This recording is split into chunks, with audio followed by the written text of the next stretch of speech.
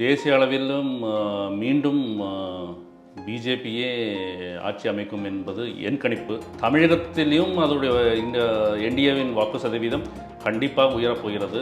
BJP versus ADMK என்ற சூழ்நிலை நிலவுகிறது. அதே மாதிரி தான் நடக்கப் போகிறது. யார் இரண்டாவது பெரிய கட்சி என்பது இந்த தேர்தலில் தெரிந்துவிடும். ஈவன் மம்தா பானர்ஜியே நம்பவில்லை காங்கிரஸ் தலைமையிலான இந்தியா கூட்டணி வெற்றி பெறும் என்பது.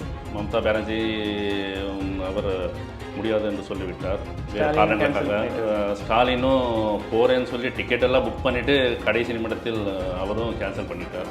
இப்போது என்ன நிலவரம் என்றால் அவர்களுக்கே நம்பிக்கை இல்லை என்பதே அதுதான் தற்போதைய நிலைமை. என் கருத்துப்படி இரண்டு தொகுதிகள் கன்ஃபார்ம். ஒன்று அண்ணாமலை கோயம்புத்தூர், இன்னொன்று நெல்லை நயினா நாகேந்திரன். இந்த தோல்விக்கு பிறகு அதிமுக ஒன்றிணை விட்டால் அதிமுக மூன்றாவது நான்காவது இடத்துக்கு தள்ளப்படுவார்கள் என்பதுதான் உறுதி. அடுத்த 2026 இன்கேஸ் மத்தியில் மீண்டும் பிஜேபி ஆட்சி அமைந்தால் 2026 பிஜேபி வர்சஸ் டிஎம்கே தவிர அதிமுக இந்த ரேஸில் இல்லை. சேனல் 5 தமிழ் நேயர்களுக்கு வணக்கம். இன்றைய நேர்காணலில் நம்மோடு இணைந்திருக்கும் சிறப்பு விருந்தினர் அரசியல் விமர்சகர் மற்றும் சமூக ஆர்வலர் மரியாதைக்குரிய கண்ணன் அவர்கள். வணக்கம் சார். வணக்கம் சார். கிட்டத்தட்ட 18வது மக்களவைத் தேர்தல் முடிஞ்சிடுச்சு. இப்போது பல தேர்தல்களை நீங்கள் சந்திச்சிருப்பீங்க. இந்த தேர்தலில் நீங்கள் அப்சர்வ் பண்ண ஒரு முக்கியமான விஷயம் எது சார்? இப்போது இன்றைக்கி இறுதிக்கட்ட தேர்தல் நடந்து கொண்டிருக்கிறது. எனக்கு இந்த தேர்தல் பற்றி என்ன சொல்லணும்னா, ஒரு ஆன்டி இன்கம்பன்சியே இந்த டைமில் காணவில்லைன்றதை தெரிய வரும்.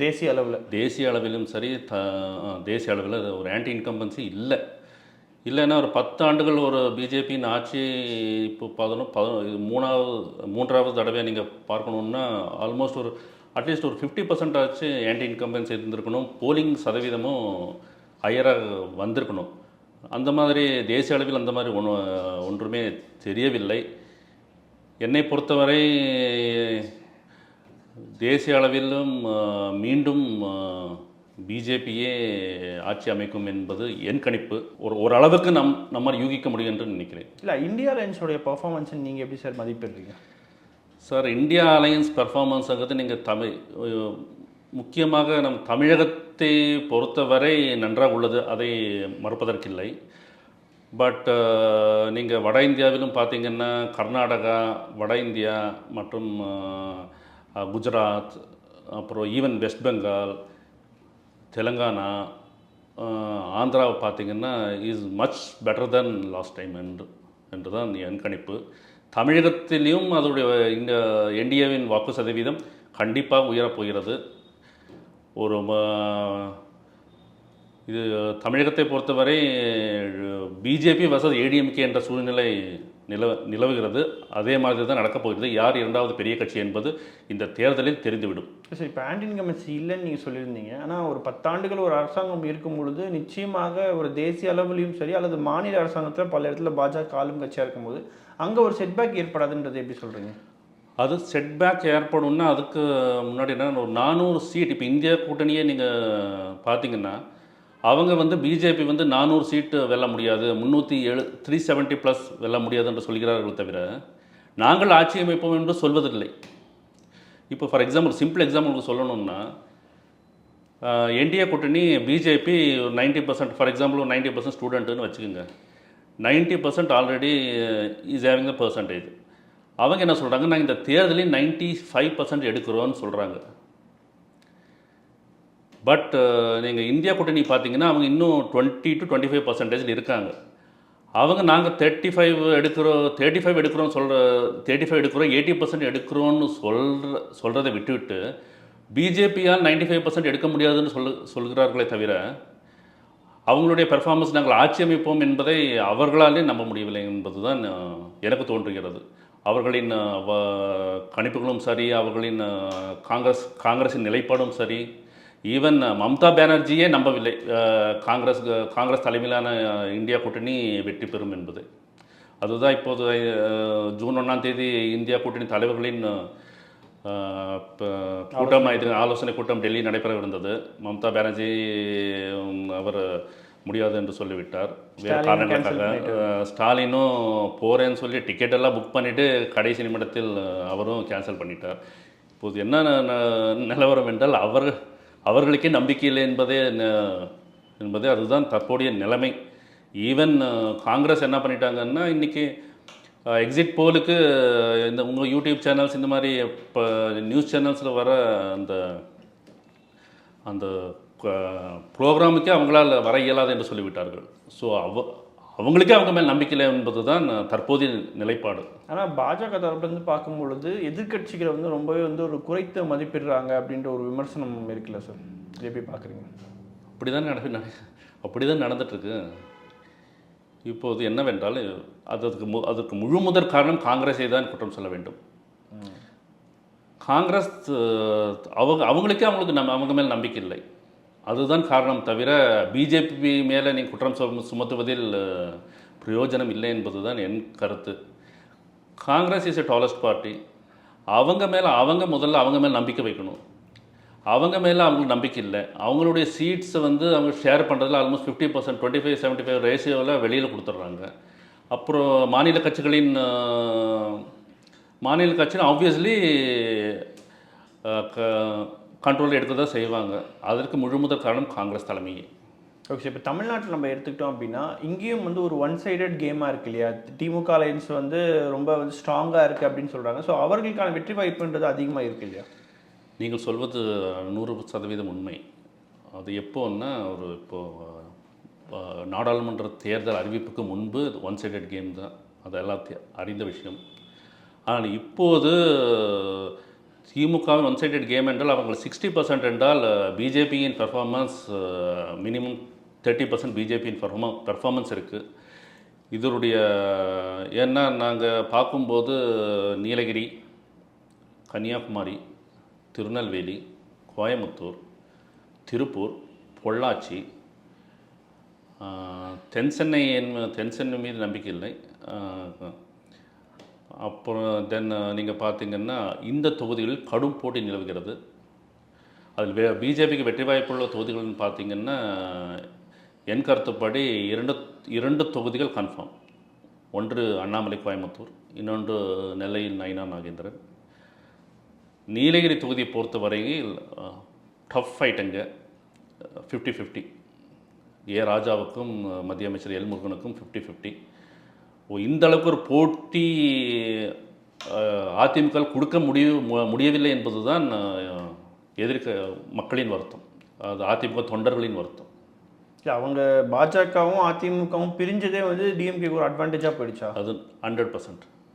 அதுலேயே அவர் கணக்குப்படி பார்த்திங்கன்னா ஒரு 7 சீட்டு அதிலே போயிடுச்சு கன்ஃபார்ம். பிஜேபியும் அதிமுகவும் கூட்டணியில் இருந்திருந்தால் நீலகிரி தொகுதி வெற்றி வாய்ப்பு 100%, திருப்பூர் 100%, நாமக்கல்லையும் வாய்ப்புகள் அதிகம், ஈரோடில் 100%. ஸோ மேற்கு மண்டல தொகுதிகளில் மற்றும் தென் சென்னையும் ஒரு டஃப் ஃபைட் கொடுத்துருந்துருக்கலாம்.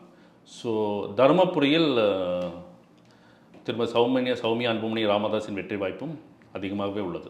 சார், இப்போ அதிமுகவினுடைய அடுத்த கட்டம் என்னவா போகும் சார்? ஏன்னா இப்போ தேர்தல் முடிஞ்சதுக்கப்புறம் வந்து நிறைய அதிருப்தி இருக்குது, இந்த மாதிரிலாம் வந்து பேச்சுக்கள் நிறைய வந்துட்டு இருக்கிற சூழலில் வந்து அதிமுக வந்து ஆஃப்டர் எலெக்ஷன் ஒருவேளை தோல்வி அடைஞ்சால் அவங்களுடைய நிலை என்னவாக இருக்கும்?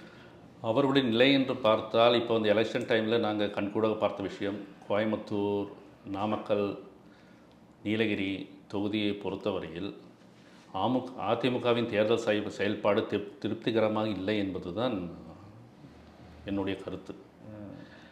ஈவன் எஸ்பி வேலுமணியின் செயல்பாடும் அந்த அளவுக்கு திருப்திகரம் இல்லை. கோயம்புத்தூர், பொள்ளாச்சி, நீலகிரி எஸ்பி வேலுமணி இன்சார்ஜாக உள்ள மாவட்டங்களின் பாராளுமன்ற தொகுதிகளில் கைவிட்டு விட்டார்கள். We are also in the race என்கிற மாதிரி தான் இருக்குது. வெற்றி பெறக்கூடிய அளவிற்கு அவங்களால் தேர்தல் பிரச்சாரம் செய்யவும் இல்லை, கைவிட்டு விட்டார்கள் என்பது தான் உண்மையான கருத்து. ஆனால் இப்போது அதிமுக வந்து பல தோல்விகளை சந்திச்சிருது சார். இப்போ இந்த தேர்தல் ஒரு தோல்வி அடைகிறதுனால அவங்களுக்கு ரொம்ப பெரிய செட்பேக் 2026 வருமா?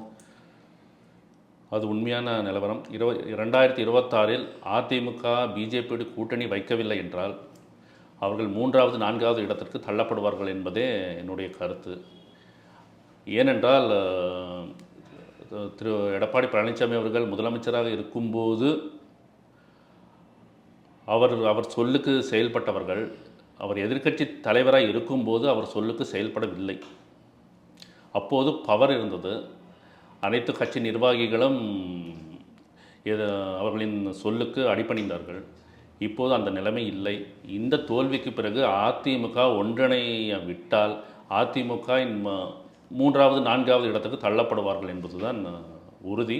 அடுத்த 2026இல் இன்கேஸ் மத்தியில் மீண்டும் பிஜேபி ஆட்சி அமைந்தால் 2026இல் பிஜேபி வர்சஸ் டிஎம்கே தவிர அதிமுக இந்த ரேஸில் இல்லை. சார் தாண்டி பிஜேபி அலையன்ஸுடைய பெர்ஃபார்மன்ஸ் எந்த அளவுக்கு எதிர்பார்க்கலாம் சார் தமிழ்நாட்டை பொறுத்த வரைக்கும்? தமிழ்நாட்டில் பொறுத்தவரையில் பிஜேபி அலையன்ஸ் குறைந்தது 5 சீட்டுகள் அது வெல்லும்.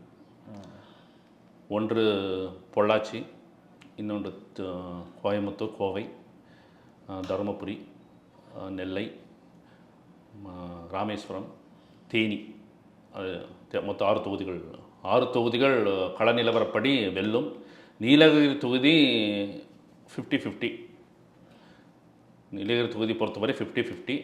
அதிலும் சொல்ல முடியாத இது. பட் 5 தொகுதிகள் நிச்சயம் கண்டிப்பாக வெல்லும். 5 அல்லது 6 தொகுதிகள் உறுதி என்பது என் கருத்து. இப்போ நீலகிரி ஒரு 50-50 அப்படின்னு நீங்கள் சொல்லியிருந்தீங்க. அந்த தொகுதியில் ஏன் அந்த மாதிரியான ஒரு சூழ்நிலை இருக்குது? நீலகிரி தொகுதி பொறுத்தவரை இலங்கையில் பாஜகவுக்கு ஒரு பேஸ்மெண்ட் இருக்குது, ஒரு ஃபண்டமெண்ட் இருக்குது. கடந்த தேர்தலை நீங்கள் கம்பேர் பண்ணும்போது இந்த தடவை என்ன ஆயிடுச்சுன்னா, ஏடிஎம்கேக்கு போகிற ஓட் எல்லாமே இட்ஸ் கன்வெர்டட் டு பிஜேபி.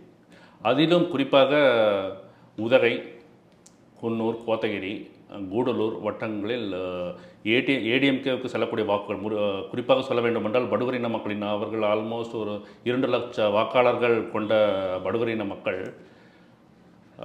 இந்த முறை 80 to 90% complete shifted to L Murugan. அது ஒன்று. இன்னொன்று அன்னூர், அவினாசி இந்த தொகுதிகளிலும் கொங்கு வேளாளர் அதர் கம்யூனிட்டி, எல்லா கம்யூனிட்டி சேர்ந்தவங்களும் ஏடிஎம்கேக்கு ஓட்டு அதில் ஒரு 50-60% எல் முருகனுக்கு ஷிஃப்ட் ஆகிருக்கு. So consolidate vote bank L முருகனுக்கு வந்ததுனால சிறுபான்மையினர் மற்றும் இலங்கையிலிருந்து புலம்பெயர்ந்த தமிழர்கள், தோட்ட தொழிலாளர்கள், இந்த வாக்குகள் அனைத்தும் டிஎம்கேக்கு சென்றுள்ளது. பட் ஏடிஎம்கே வாக்குகள் என்ன இந்த முறை என்ன ஆகியுள்ளது என்றால், கம்ப்ளீட்டாக எல் முருகன் பிஜேபிக்கு ஷிஃப்ட் ஆகியுள்ளதே இந்த 50-50 சான்ஸுக்கு காரணம். அதிலும் குறிப்பாக படுகர் இன மக்களின், படுகர் மொழி பேசும் இன மக்களின் வாக்குகள் 90% வாக்குகள் தட் இஸ் கம்ப்ளீட் ஷிஃப்ட். இதுதான் காரணம். நிச்சயமாக சார், தொடர்ந்து பேசுவோம். சேனல் 5 தமிழ் நேயர்களுக்காக பல்வேறு கேள்விகளுக்கு மிக பொறுமையாக பதில் தந்தமைக்கு நன்றி சார். நன்றி சேனல் 5 நேயர்களுக்கு.